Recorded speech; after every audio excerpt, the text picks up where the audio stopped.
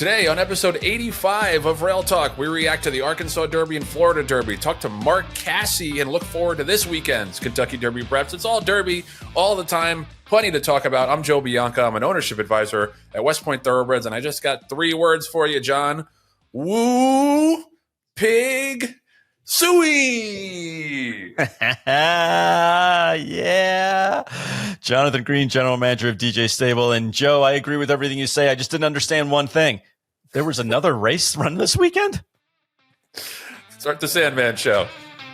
The opinions expressed on Rail Talk are those of hosts Joe Bianca and Jon Green and do not reflect those of anybody we work with or work for.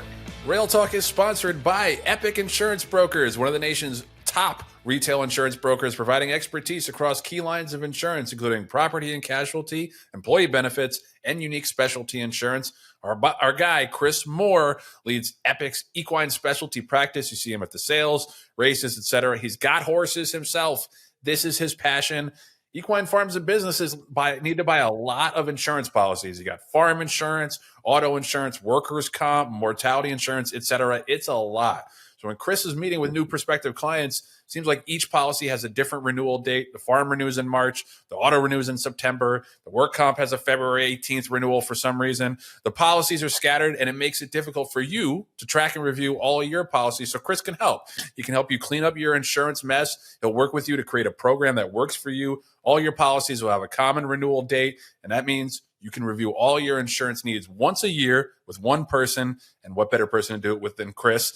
This type of strategy allows you to get the most competitive program for the insurance market can offer, and you're no longer going to be a victim of that kind of auto renewal cycle. And for equine farms and businesses, renewal dates of July 1st, August 1st, September 1st, and October 1st make a ton of sense. Give Chris a call or shoot him a text to begin the conversation at 317-650-4519. He's going to be at OBS April in Ocala. So set up a time, get your insurance life in order. If you won't be in Ocala for the sale, he's always traveling. He can meet you in New York, Kentucky, Florida, Maryland, you name it, he can meet you there. And I can vouch for that. Chris is everywhere.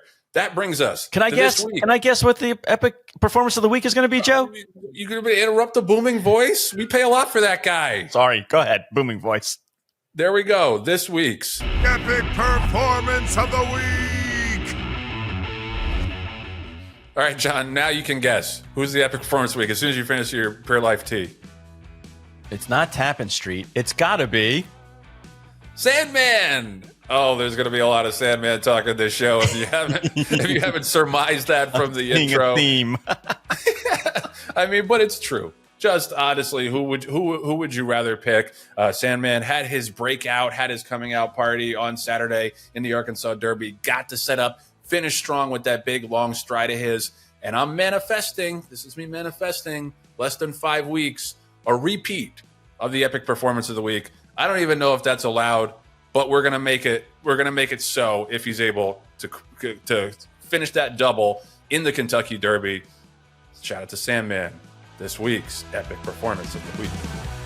So what a whirlwind of a weekend it was, especially Saturday at Oaklawn Park, where your boys Joe and John, plus the patriarch of the Green family, Len Green, plus CEO Terry Finley and the West Point partners, Mark Casse, everybody that we love and that is involved on Sandman got to celebrate and just really enjoy the progression and then the coming out party of Sandman to punch his ticket for Kentucky Derby 151 with an off-the-pace victory in the Arkansas Derby. It was a phenomenal day. We're going to talk plenty about it. This is my first time to Oaklawn, and I got to say I was very impressed. Like, it looks great on TV. Like, I know the Sella family puts a lot of money into the product, into the building, but this was an immensely successful show that they put on and well organized for the tens of thousands of people that were there. The infield was popping. The food was great. The energy was just awesome. So that's the first thing I want to say is shout out to everybody at Oaklawn. They put on a great show. But this was just, I got to say, it was watching Sandman progress from that debut where he was like 3-5 and ran 5th. And not that any of us were panicking or anything, but you just never know. And there was a time there where we were like, he might be nice, but is he top quality? Is he $1.2 million purchase quality? And now he's proven without a doubt that he is. And he's going to be one of the favorites for the Kentucky Derby, which is just wild to even say. And yes, the caveat is he got a great pace setup, with Cornucopian and Speed King going at it up front. Terry and I looked at each other when we saw them blaze past us. I was like, whoa, we might be in really good shape here. We just got to outkick the other closers. But he ran. He got a 99 buyer, which is right there with everybody except for the journalism race, and we'll see if he can back that up.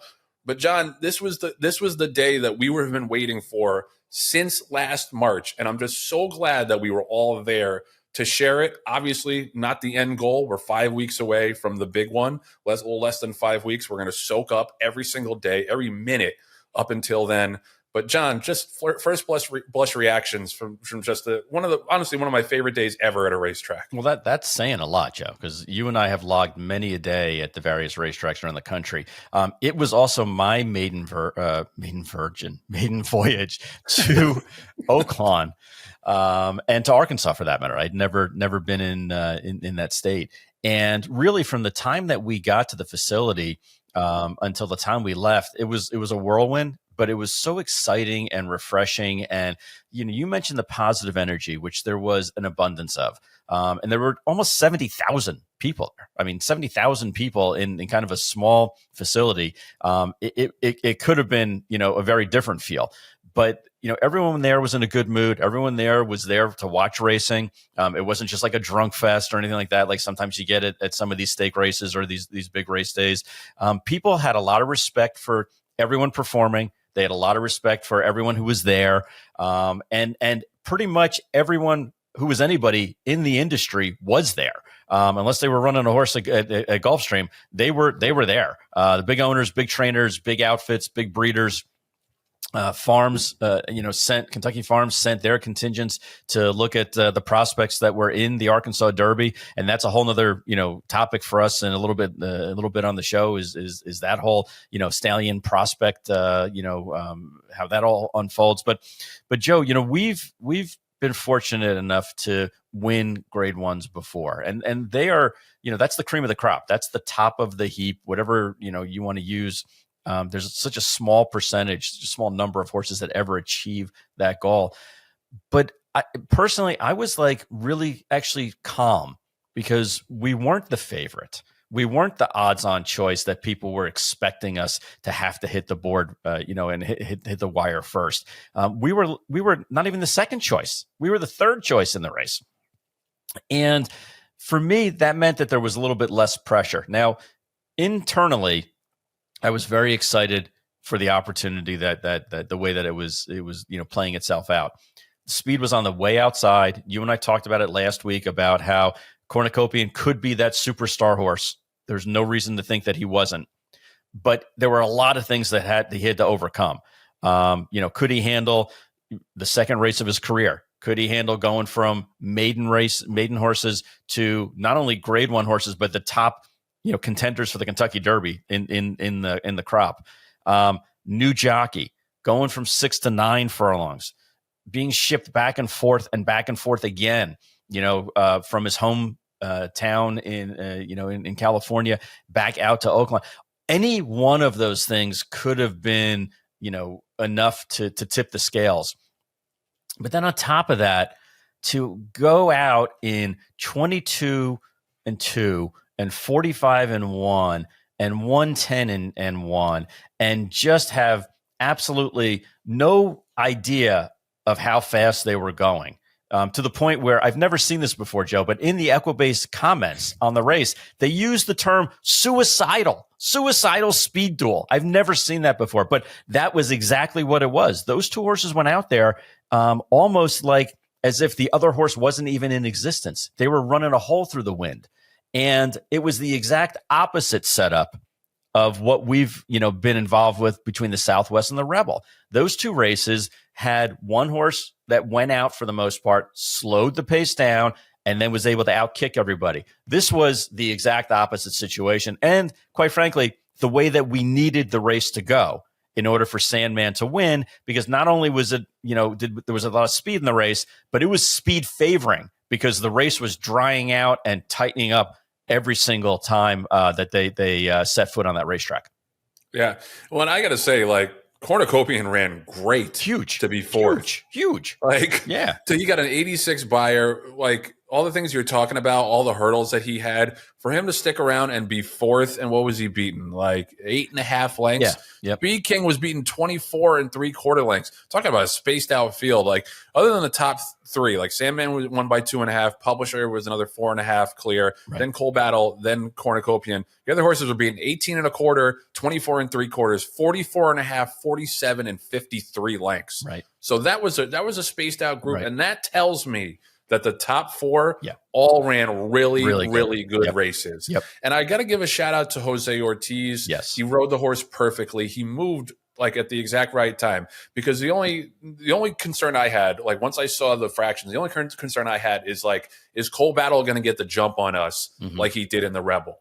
And Jose didn't let that happen. He, as soon as he saw those horses start to back up, he moved. And by the time they turned for home, Coal Battle and Sandman were right next to each other. And I felt good at that point that we're going to outkick Coal Battle to the wire, especially, with Coal Battle being closer to the pace. I also got to give a shout out to Lonnie Briley. I don't know if you saw any of like the videos or anything of him after the race. I saw he like immediately went up and congratulated Mark Casse, and he gave a great, honest assessment of his training of the horse. He said he probably needed one more work, and he admitted his mistake, and just was so gracious and so polite, and just like you love to see guys like that have success. Yeah. The dudes who this is the horse of a lifetime for them, and they still take time to congratulate the winning trainer, give interviews, be honest and forthright. So I just was and I had never seen him or heard of him before this in my life. Yep. And I just was very, very impressed, and it makes it all the more heartwarming, even though we lost, that he did get that big day in the Rebel. And who knows, maybe he'll have another big day in the Triple Crown. Right. I also want to shout out Mark Casse, and we're going to talk to him in a little bit, because, John, you and I both, I think separately, when Sandman had run third in the Street Sense, and let's be real, it was like kind of a clunk up third. Like, it wasn't a great effort. He was still a little green. And I think we both separately asked Mark, like, so do you want to give this horse like a little bit of a break and to mature? And he was adamant. He said, no, he's going to learn by doing. Right. He's going to learn by racing. And now you have a horse who has 8 races of foundation in him for the Derby, including 5 two-turn races. Right. And unless Dwayne's got a horse in the race, I find it hard to believe there's going to be another horse with that much seasoning and that much foundation coming into the Derby, and that matters. Right. And Mark, like I said, was adamant, and there's a reason he's in 2 Hall of Fames. He trains his horses to learn as they go for development, and it's refreshing. And honestly, in a world where trainers sit on their horses for 6-8 weeks at a time for really no reason other than the sheets say so, Mark Casse said no, he's going to learn and he's going to mature with seasoning. And now look at where he is. And Joe, you were in on those initial conversations with Mark as far as what we were going to do with him for his 3-year-old year. And, there were a couple options. I mean, we could have gone the more traditional route of leaving him at home, meaning Florida, and running him in the preps at Gulfstream, or giving him a little bit of time, like you mentioned, and letting him develop, because he is such a big, gangly horse. Give him a little time to kind of fill in and fill up and then take another shot. And Mark was adamant about saying, Oaklawn is where I want to send the horse. And I haven't sent horses there since 2017. And that's the last time that I won, the Arkansas Derby. But that series of races and that racetrack is so conducive and so similar to Churchill Downs that this is where we need to be. And I remember you and I talking about it afterwards. We're like, is this the same horse that just finished third in the Street Sense that lost, basically by 6 lengths and wasn't really looking like, what is Mark seeing that you and I individually and collectively weren't seeing? And I like to think that we're pretty smart guys, especially being able to project what horses, will eventually come into themselves. But Mark did he could see the forest of the trees, and basically had it set up that he wanted to run in a 4-race series each one being a little bit tougher than the previous. And you're right. Now he's got, the horse is still a little bit green. I mean, ran down the stretch, got hit left-handed after he was in front, and still kind of, geeked out a little bit. And to me, some people said, well, it's because he was getting so tired at the end. Look, he's off. No, it's because he got bored, because he got in front and he was like, okay, where's everybody? What's going on? And he got to lollygagging a little bit. But, Mark had it in his head that he was going to go this route. And I said it on the Steve Bick's show, today, that there is not a combination that I would trade anybody for. I would not trade the combination of Sandman, Mark Casse, and Jose Ortiz for any other group that's out there right now. I think we have a great combination, and you gave kudos to Jose, and I will as well, because not only did Jose move at the right time, he actually outjumped Publisher, because we were second to last and Publisher was in last at that moment, and he got the jump on Pratt and basically was able to weave between horses, and Pratt had to go on the outside of the horses instead and couldn't really follow us. And, I don't know if it would have made the difference in a couple lengths that we were moving, but Publisher was moving down the lane also. And I'm just glad that Jose had enough sense to go when he did. And he even said in the paddock, it's a speed favoring track. That's not what this horse wants to do. He doesn't want to get hustled. But what I'm going to do differently is I'm going to get him in gear sooner, because when he gets in gear, if I know that I have clear sailing in front of me, when he gets in gear, he stays in gear. And that's exactly what happened. He got him in gear on the backstretch, kept him, had him on the inside to save some ground. When he decided to make his move, he went on the outside and made sure that there wasn't going to be anybody else that was going to get in his way. Because once that big gangly horse starts getting his legs in gear, you don't want to have to stop him. It's too hard to get going again. And I think that everyone in this group, added some value to where the horse is right now. And I couldn't be prouder of owning, a third of this horse. And I couldn't be happier being able to share it with the people that we're sharing it with, because that's what makes it. Like, we've run in other big races, and I don't usually like to have partnerships just because I'm a control freak. But part of the enjoyment of having this horse at this level has been to be able to share this stuff with you and with West Point and I haven't so much with Vinny and or Chuck Sanson, just because I haven't seen them as much, but it's just great to be able to kind of revel in this stuff and in the highest of highs you want to share it with your friends, and in the lowest of lows you want to be able to commiserate and have your insight and advice and looking through the lens of what you're going on, because I have respect for your opinion on stuff. But to me, that's what's making this dream such a special trip for me. Absolutely. Yeah. And that's West Point's had a good year so far. We got a lot of nice 3-year-old colts. And at a certain point, it seemed like we might have 2 or 3 in the Derby, and we still might. We have Statesman running in the Wood this Saturday, which I'm excited about. And I obviously root for all of them, but it does make it extra special that this is the family horse. Yeah. Between us and between you and Len, it really, it seems fitting that this would be the horse that would make it and be one of the favorites. And this was the dream last March when we came together. You never can see that far down the road, but this was can you imagine if this horse ever became a real superstar, right. How much fun we would have on the show and at the races. And it's starting to come together. And I also want to shout out your dad. And I'm so happy for the West Point partners and for all the people who are involved, but nobody am I happier for than for Len.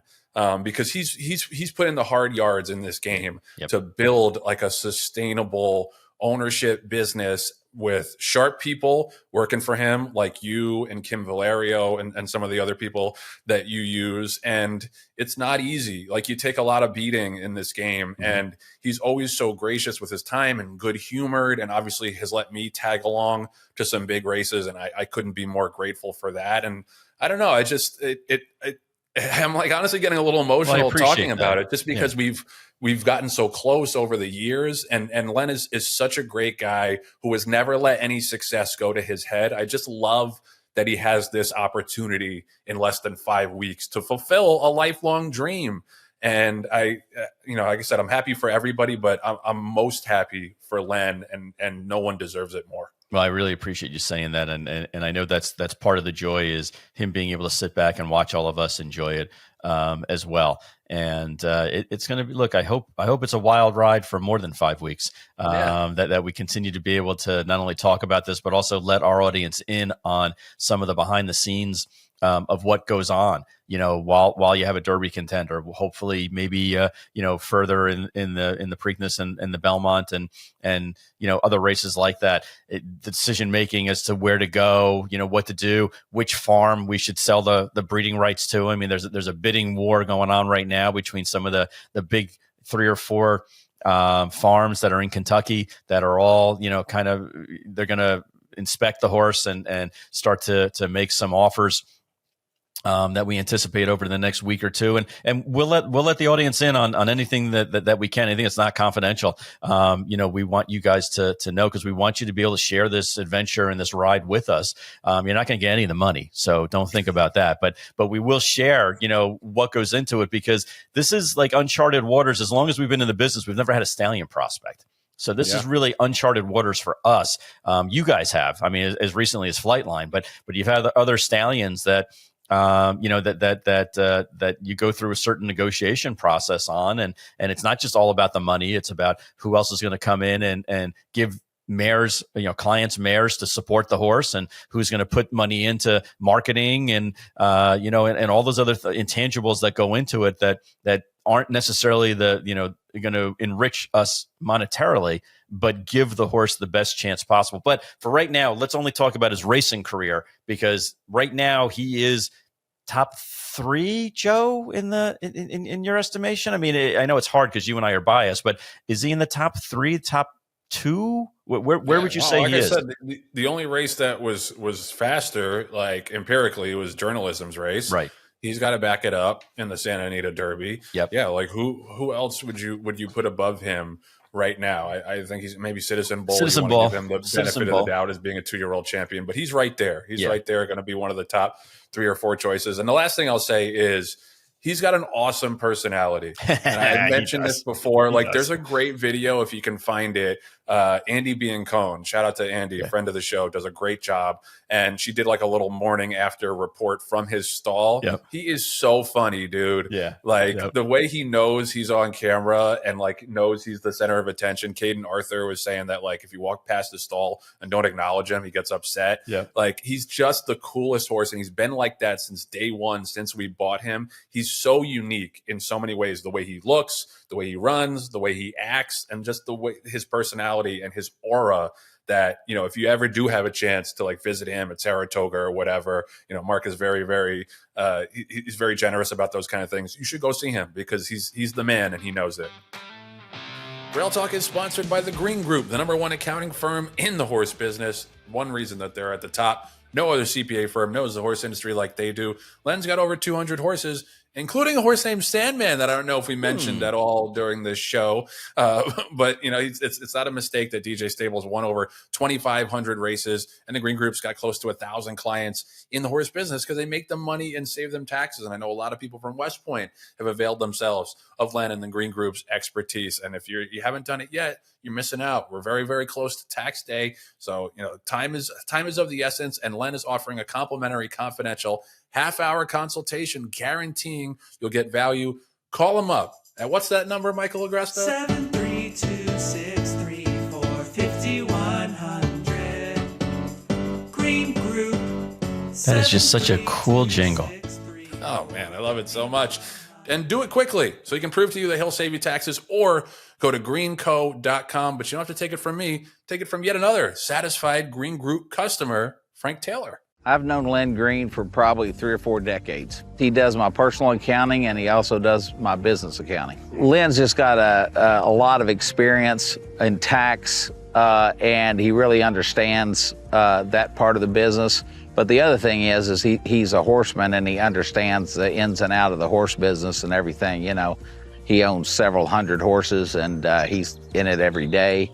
So not only does he bring the real knowledge of taxes, but he also brings a deep knowledge of the horse business as well.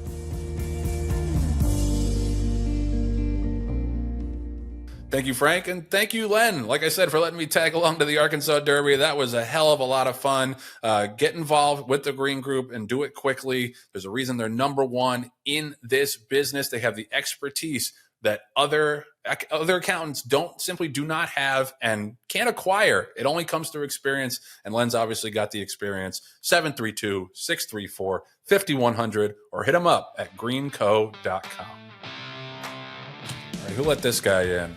Wait a minute. It's one of our favorite guests to come back to the Rail Talk studio. He's the man of the hour, dual Hall of Fame trainer, and the trainer of that big gray horse, Sandman, the winner of the Arkansas Derby. Mark Casse, thanks for coming on.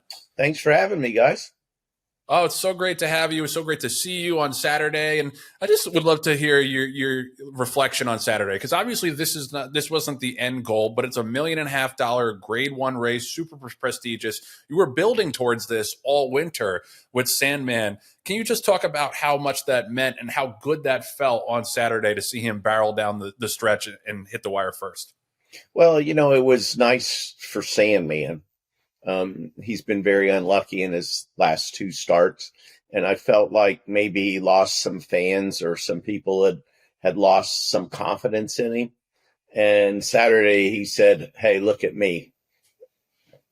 I am the boss."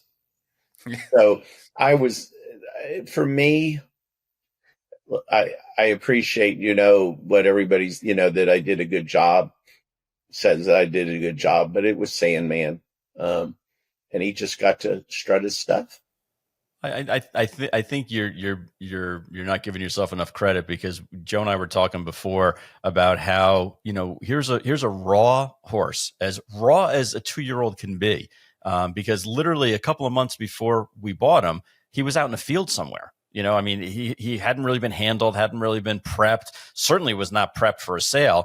And then unfortunately, because of Bob Lothenbach's passing, they decided that they were going to put all their horses in dispersal sale.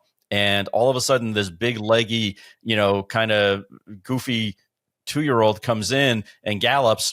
And out of all the horses that we looked at on the list, you kept turning back to, yeah, but he's not the gray horse. Yeah, but he's not the gray horse. Yeah, but and that ultimately set in motion our conversation with Joe and subsequently with Terry from West Point, who brought in Vinny and Chuck Sonson. And basically that's what put together the do we call ourselves the anti-Avengers or the villains? I don't know. But that's what put together all of us. The villains. Yeah. Well, there's already people in the industry that call us fuckface and asshole. So at this point, John, what about the super friends? Can we be the super friends? Super friends, all right. Anyway, but you had the foresight to see the forest of the trees and see the horse as a young, undeveloped kind of ball of clay, and said to us, "I'm going to do something that I haven't done in years, and that's send a contingent out to Oaklawn, because I want him to train there. I want him to train on that track. I want him to understand, that these races get longer and how to do it." What made you go that path as opposed to the safer path, which would have been, hey, I'm going to keep him on my farm and watch him train every single day and ship him out and run him occasionally at Gulfstream? I mean, that really would have been the easier way to go. Well, I think, Joe, you and I talked, as we always do once a week, about the West Point horses. And I know Jon and I talked, and after he ran his last race at Churchill in the fall, I said, this horse is kind of unique. I said it to both you guys. Mm-hmm. I said, he needs to run. Yeah. And I said, he'll learn. And when I analyzed everything, to me, it made the most sense to go to Oaklawn. And so we went out there. Again, as you say, John, we knew, the races would get longer. And I felt like anybody that knows me, John knows me well. I'm a run guy. I like to run. I found it interesting. I recently read where Wayne Lucas, he said he was going to run his horse back into Lexington because he didn't want to give him 7 weeks between his win and go to the Derby. I feel the same way. I kind of like getting them in a rhythm or in a pattern. I also have personal thoughts, which I don't know that I want to share it with everybody. Oh, come on. What are you coming on the show for then? No, It's only the three of us that are talking, Mark. I think there's a lot of mistakes that are made. Mhm. When we get good horses and when,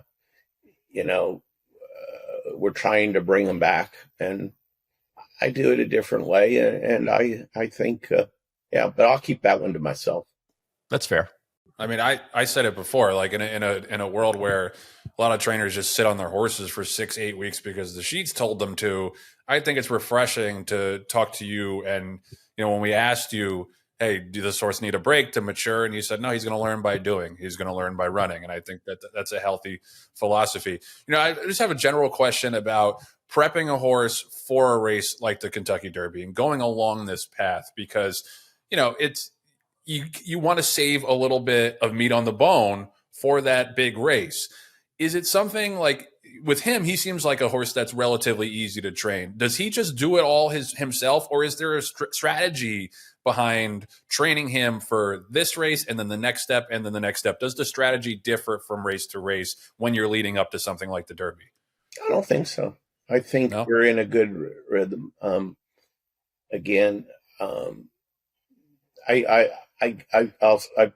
said it a million times, and it goes back to Alan Jerkins. Mm-hmm. Run them when they're good, rest them when they're not running well.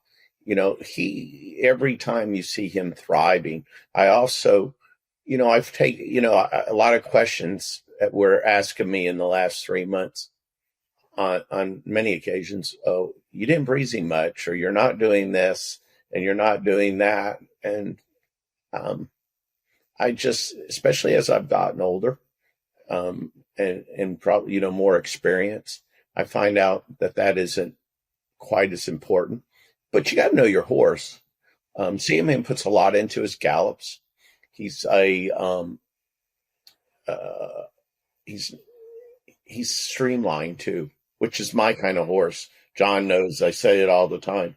I like a streamlined horse. I don't like those big, gawky, robust things. I don't think they stay around as long. He's a great mover. And if you guys remember, we got him in March. And as John said, he was just galloping, really kind of, Tom McLaughlin sold him, did a great job. I don't think he had him very long. No. But he came and boom, boom, boom. I kept saying, I worked him 3/8. Really? Already?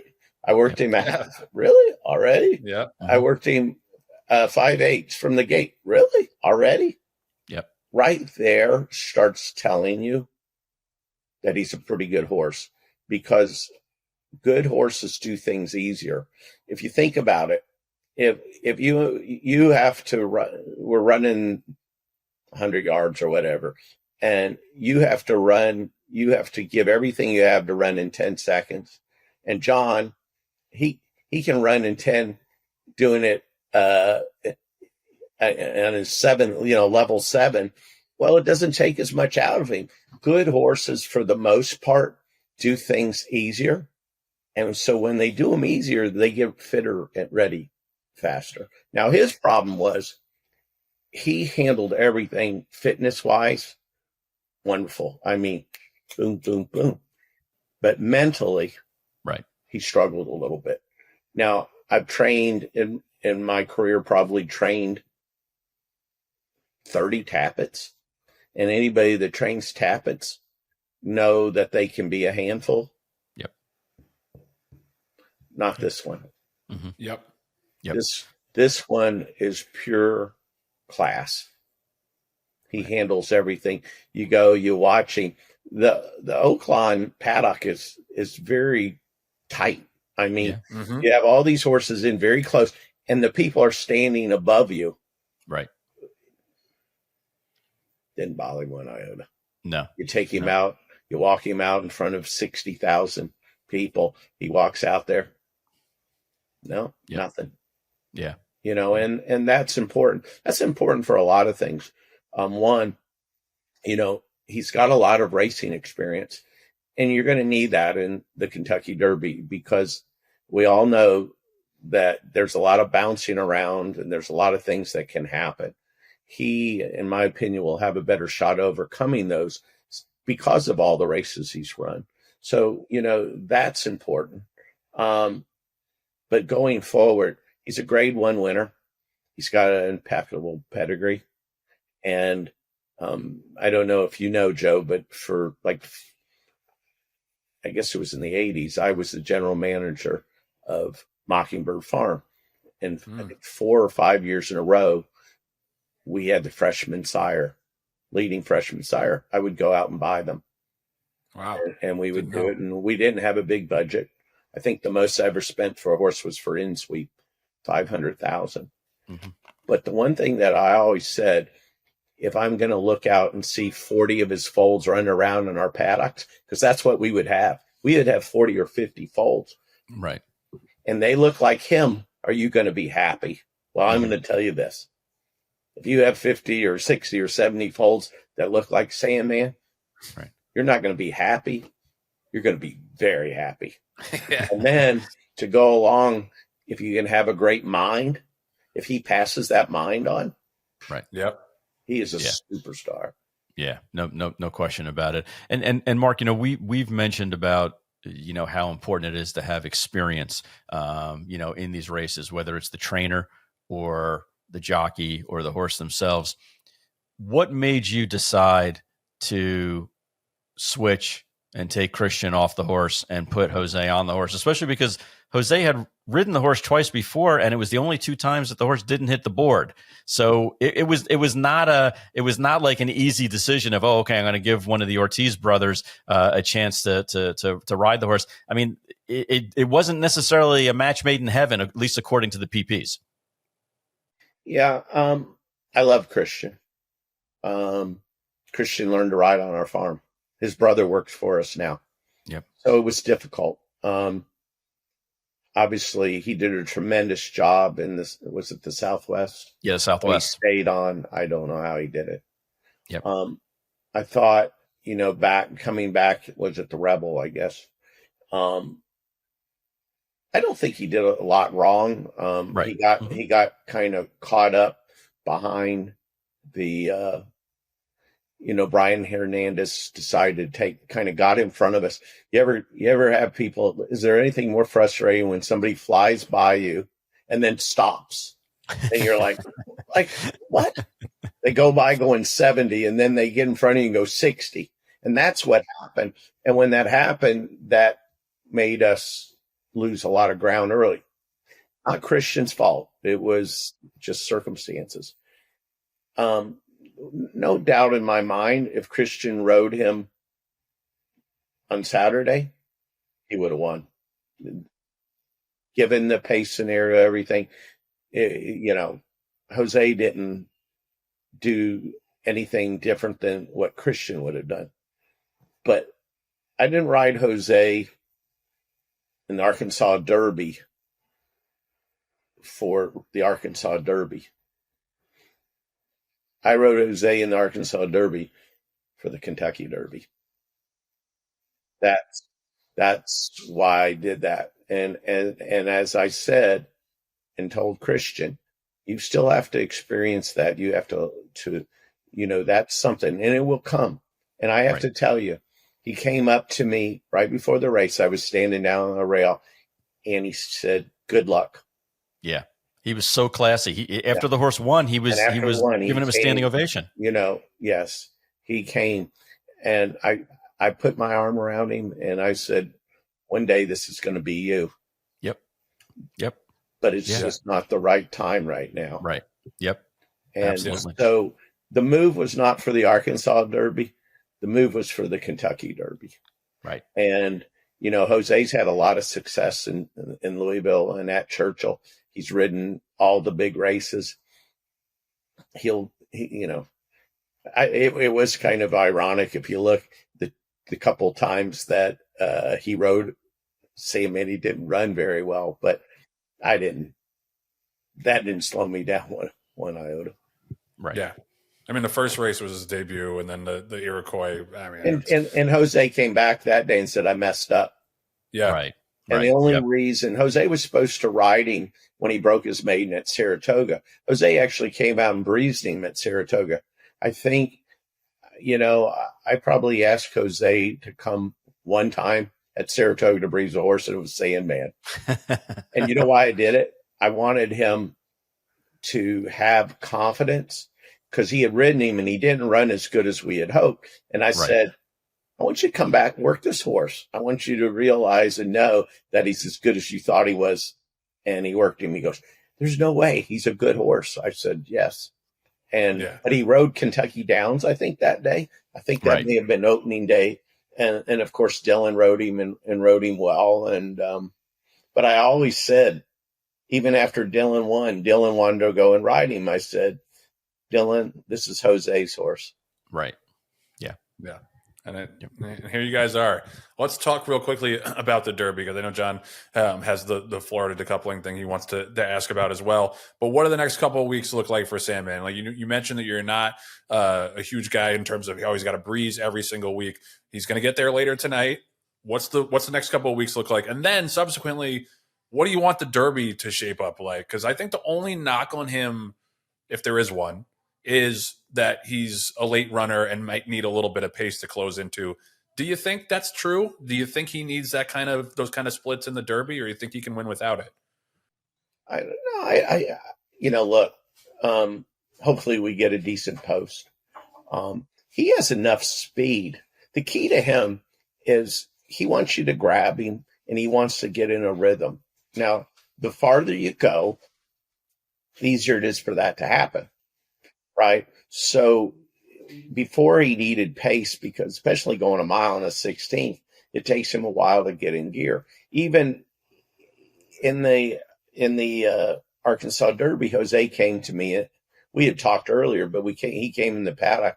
He goes, since the track's dried out and they've started conditioning, he goes, they're not coming back. And he said, what do you want me to do?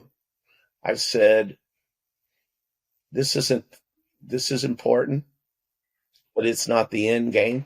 I said, I want you to let him get himself into a rhythm and see what happens. And that's what he did. And so that's what you're going to have to do as well. You're going to have to do as well.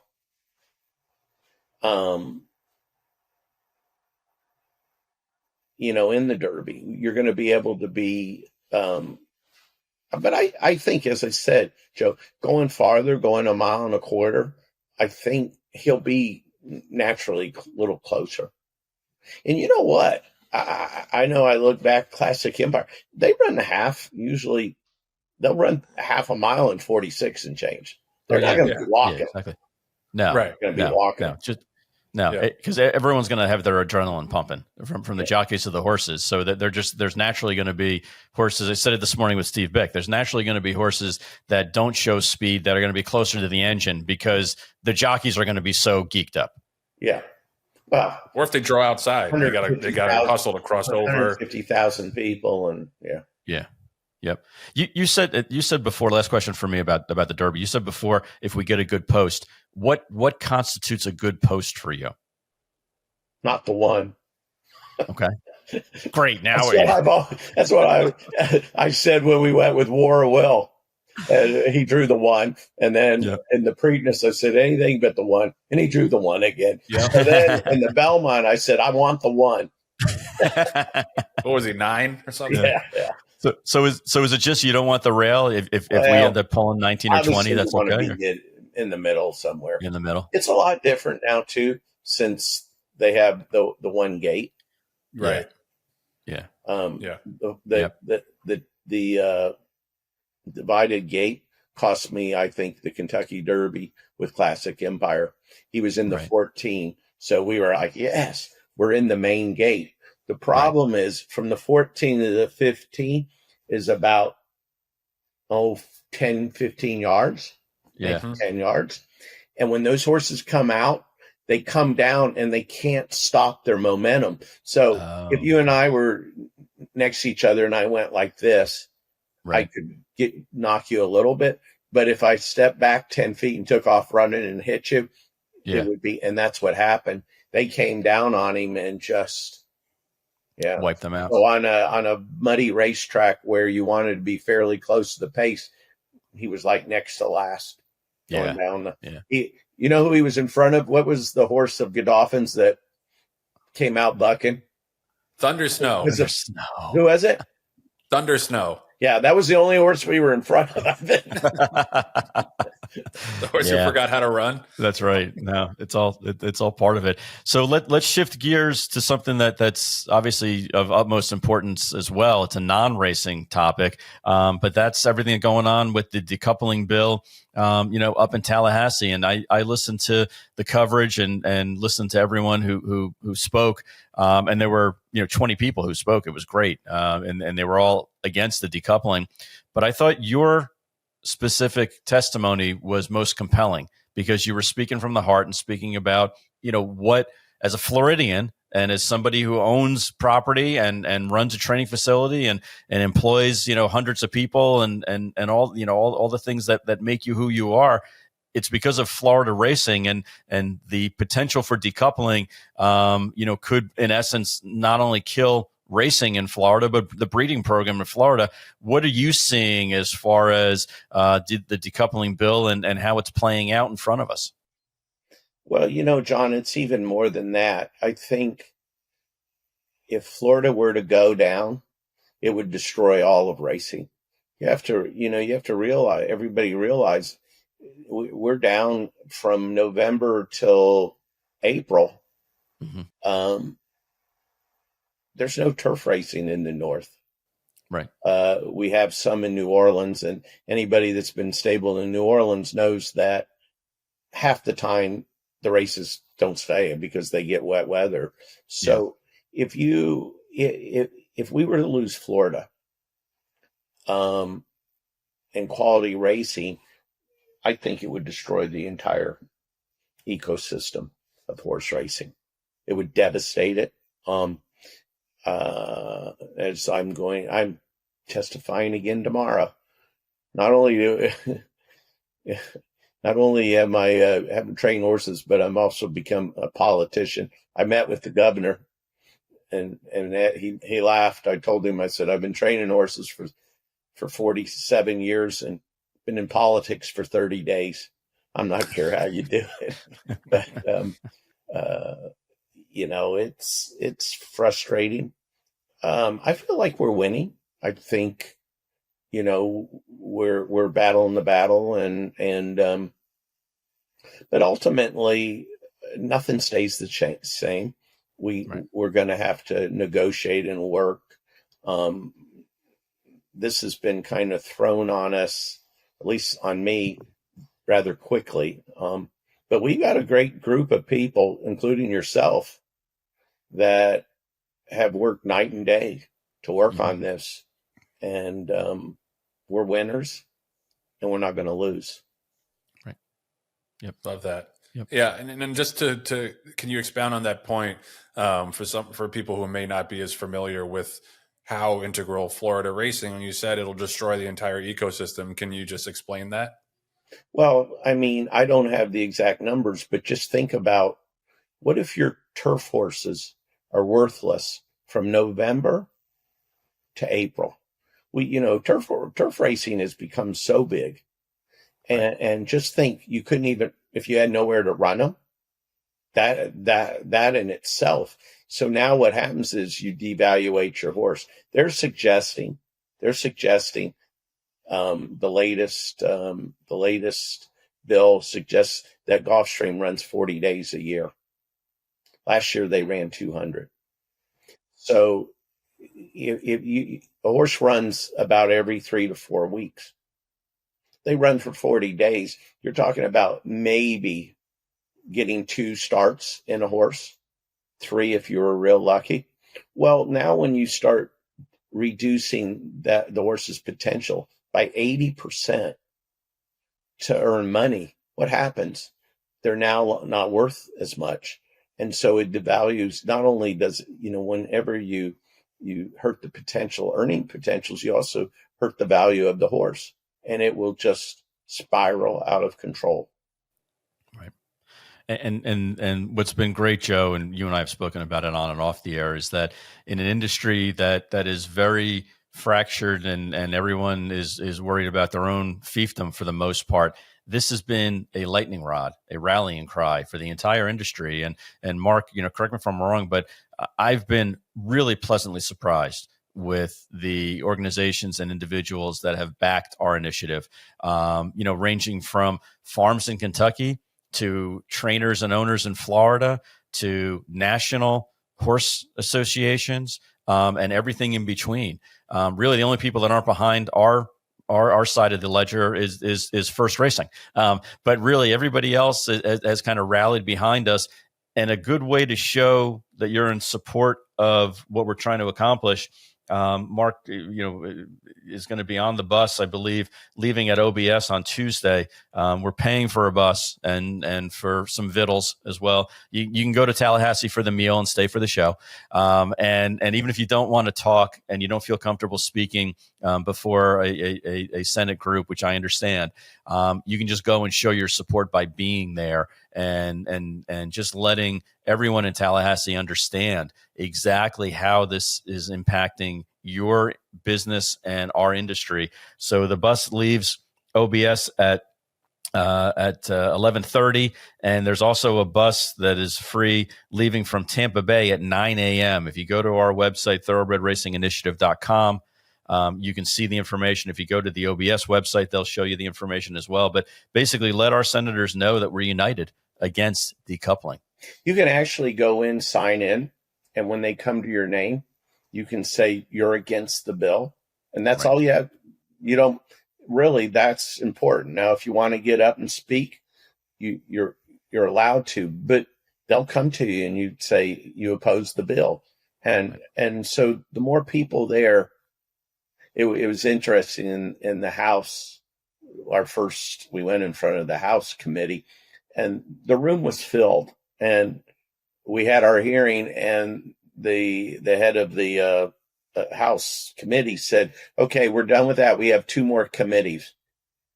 Everybody got up, and there was like 5 people there afterwards. That just shows you how many. And I think there'll be more tomorrow.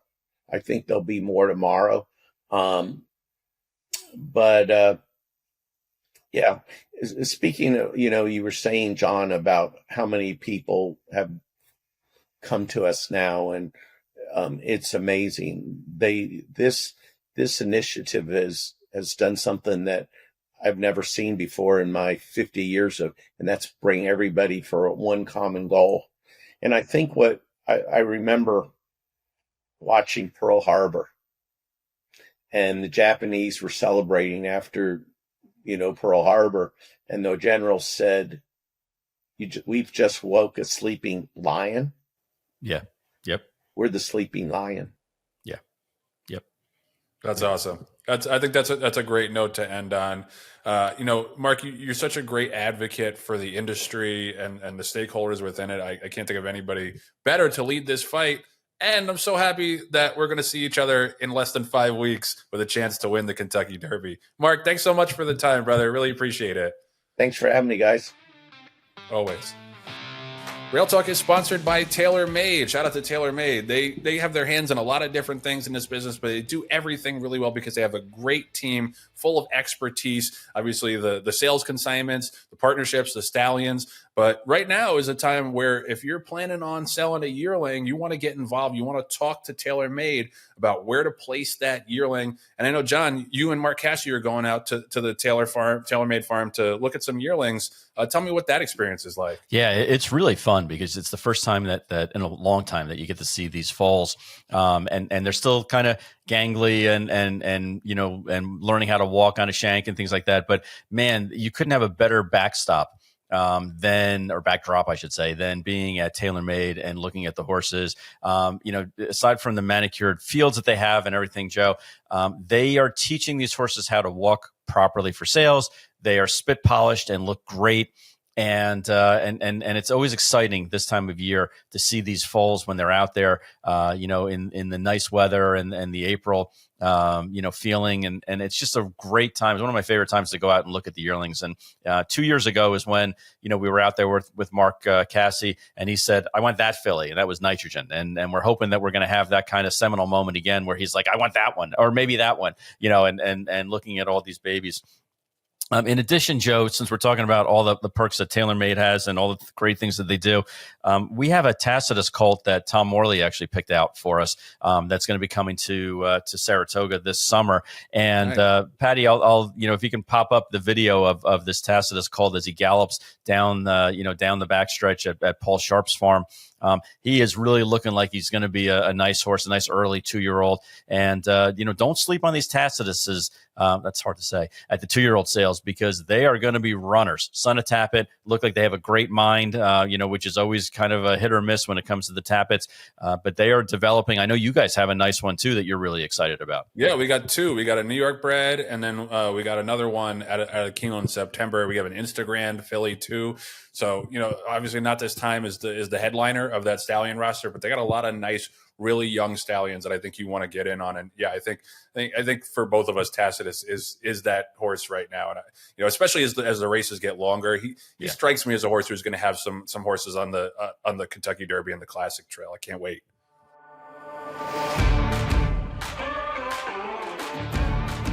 All right, so this has gone from my least favorite segment for petty reasons to my favorite segment for petty reasons. As you can see, Jon doesn't even want to participate. This is the Mage Rage Derby contest update, sponsored, as always, by our friends at Airdrie Stud and Mage. Mage's first foals arrived earlier this year. We saw Jon has one of those, and as adorable as could be, looks a lot like Dad. And we're going to be excited to see those horses sell as weanlings later on this year. And then next year is yearlings. Mage obviously was the 149th Kentucky Derby winner, was one of those horses who did not have a ton of seasoning and still won the Kentucky Derby and had a monster 3-year-old season just based on raw talent. And the talent is not surprising, being by Good Magic, one of the early superstar stallions of this decade, out of the Blue Hen mare Puka, who's just been a rock star with her foals so far. They just keep getting better and better. You know about Dornoch, you know about Baeza. So this is the kind of family that's only going to grow in value and prestige and importance. And Mage stands right now for 2025 for $25,000. And I think that fee is only going to go up. The buzz is going to build. I'm telling you. So shout out to Mage, shout out to the Airdrie Stud, and just keep that in mind. When Derby fever hits, you got a horse who only had a couple starts under his belt, but was talented enough to win the most prestigious race in America, and he obviously backed it up throughout the rest of the year, and it's going to be a super, super stallion prospect. Let's get to the standings. Jon, cover your eyes.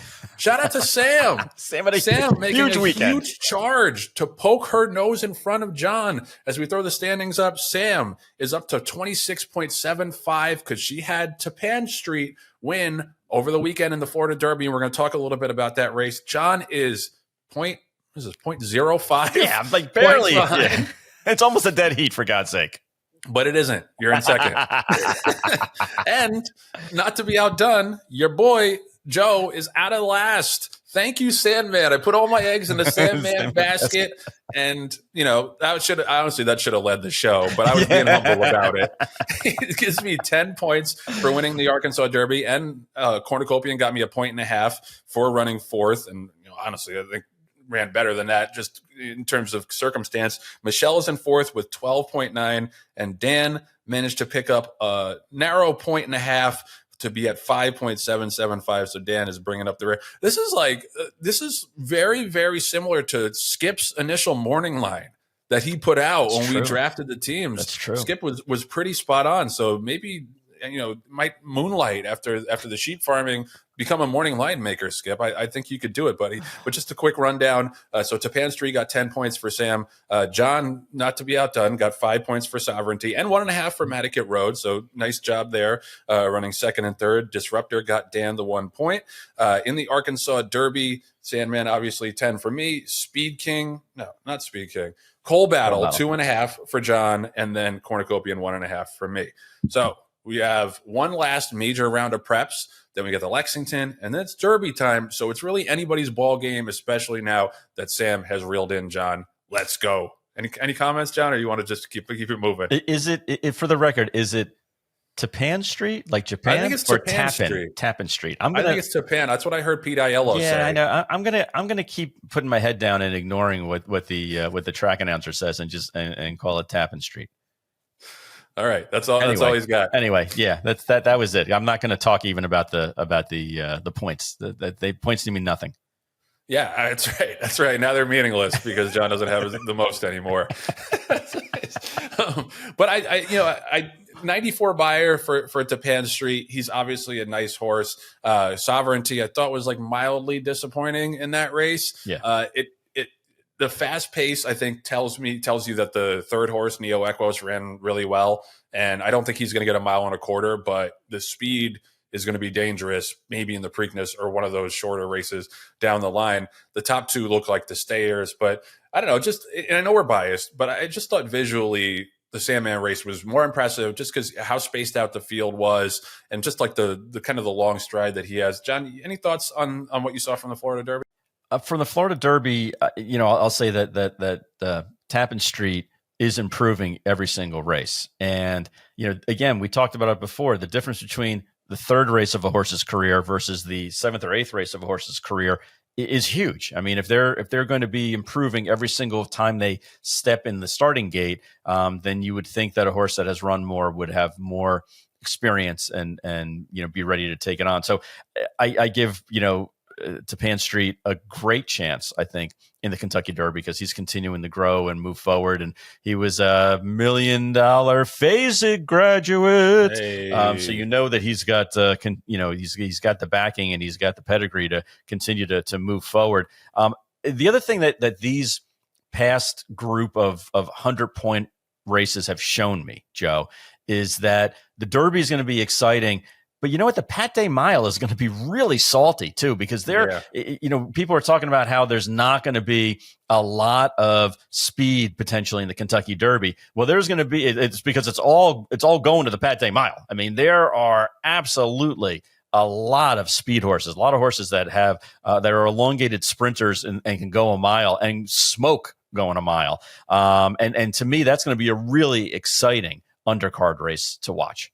Yeah, it always is. And that one turn series with like that, and then the Woody Stevens, and then later on, what used to be the King's Bishop. Those are always really exciting races because that's 7 furlong to a mile, like sweet spot right there is where you get some of the most brilliant horses who maybe don't want to stay quite that classic distance, but maybe like pound for pound might be the best horses in the crop. I feel like you see that almost every year. So this coming Saturday, we don't have the PPs right now or the entries, unfortunately, for the Santa Anita Derby or the Bluegrass at the moment, but we do have the Wood Memorial, the 100th renewal of the Wood Memorial, and I'll be out there. West Point does have a horse, unfortunately drew a little bit wide, and Statesman has won 2 in a row for Shug McGahee. A little light on figures, but listen, in Shug I trust. The horse is doing well and going in the right direction. He's not going to run a horse just for the sake of running them, and he's had this race circled for a little bit, so I like his chance to get a piece. But other places in the race to look. Rodriguez is shipping across the country for Bob Baffert, bringing Mike Smith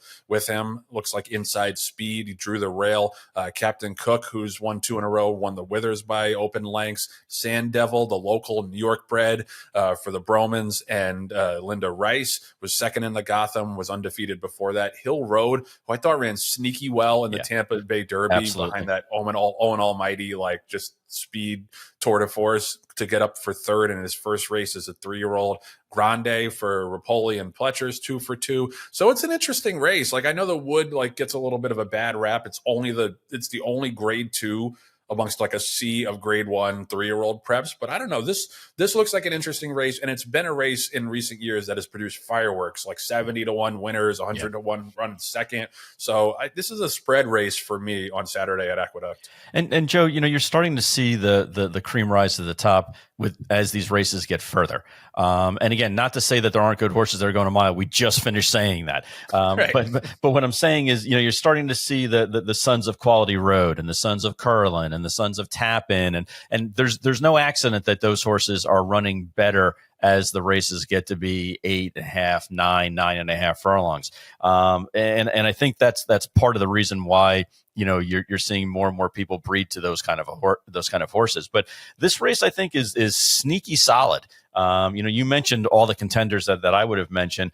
Captain Cook, ever since the trainer change to Rich Dutrow, you know, the horse has done nothing wrong. You know, one going 7/8, which I think is the toughest distance for a young horse to win at, and then and off a layoff, and then to go from 7 to 9 furlongs in the Withers, and it wasn't like it was a straight, you know, gate to wire race and nobody caught him on the carousel. He had to pass some horses and put in some dirty work. I'm not that crazy about the fact that he's had so much time off since then. He's had, 8+ weeks since the Withers.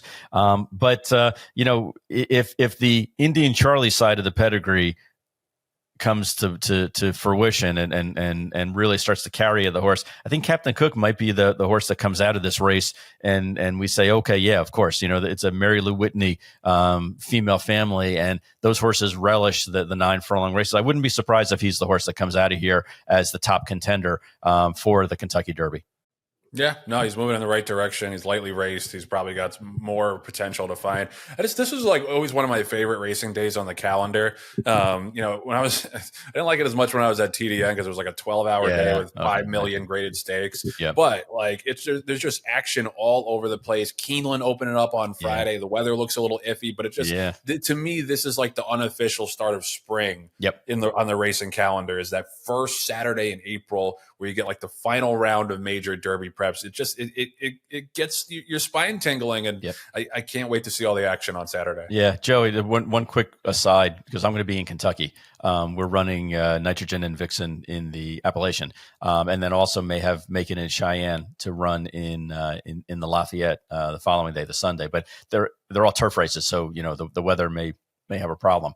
That being said, I remember when my parents dropped me off at school, at college. And if I've told this story, you can just, you know, kind of put your fingers in your ears for the next 30 seconds. But I went to Lehigh, and it was raining that day. And right when we got to my dorm, the skies opened up and the sun came out and it stopped raining. And everyone had their windows open because we didn't have an air conditioned dorm at that time, and trying to let the cool air into the dorms. And we got all my stuff in. And right when I got my last box into my room, it just started raining again. So my mom and dad kind of ran out to the parking lot. And as they're driving by the dorm, I'm waving to them. And my dad slams on the brakes, and my mom rolls down her window, and she goes, "Jonathan, it's raining out. So if you go out tonight, don't forget to bring your rubbers." And everyone in the dorm goes, "Yeah!" My poor innocent mom had no idea what she said. She meant boots. She meant rain boots. Oh my God, that is adorable. I've never heard that story. Yeah, that's a true story. That's excellent. So yeah, John, this weekend at Keeneland, don't forget to bring your rubbers. Hey, thank you. Real Talk is sponsored by Facig Tipton. We had a $1 million Facig grad win the Florida Derby, and I have to correct myself. Tappan Street, not Tappan Street. This is the last time ever that I trust Pete Aiello with the correct pronunciation of a horse. Shout out to Pete, great race caller. Doesn't always get the pronunciation right. Tappan Street was, like I said, a 7-figure yearling at Facig Tipton, Saratoga. Obviously a very impressive horse who keeps getting better and better. And you know what else keeps getting better and better? The digital sales market. The next digital sale is right around the corner, April 3rd through the 8th. So that starts this Thursday.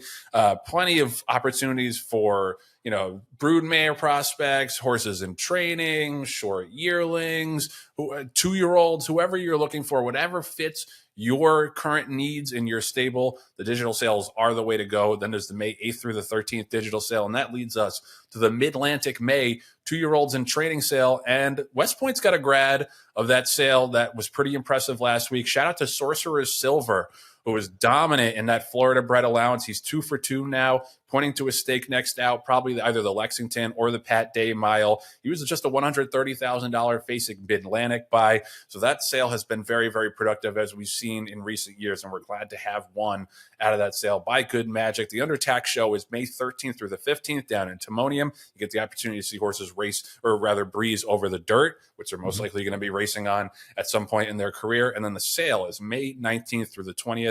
And that'll set us up for an array of digital sales. And then the summer sales, which of course is headlined by the Saratoga Select Yearling Sale. Shout out to everybody at FASIG. I know it's a busy time of year, and it's got to be gratifying to see those graduates step it up and win those big Grade 1 races. All right, so that's it for episode 85 of Rail Talk. Probably the most celebratory one yet, but hopefully not quite as celebratory as the one in 4.5 weeks. You know, I told John I wouldn't put on a Sandman shirt until he won the Arkansas Derby, but seriously. There you go. Look at these shirts. It looks good on you. You know what? You could be the model more so than me, because for me, it looks like Sandman's name is stretched out even more. I mean, around my midsection. I could be the model for anything, but yes, especially for these shirts. Yeah. And they look great. They feel great. And John got approximately 4,000 of them printed up. So not quite that plenty. many. Not quite There's that plenty many. in every size. So thank you to Mark Casse for stopping by. Thank you to my co-pilot, Jon Green, our producer, Patty Wolf, and our associate producers, Julia Agresta and Nathan Wilkinson. Thank you for tuning in. We'll see you next week back here on Rail Talk.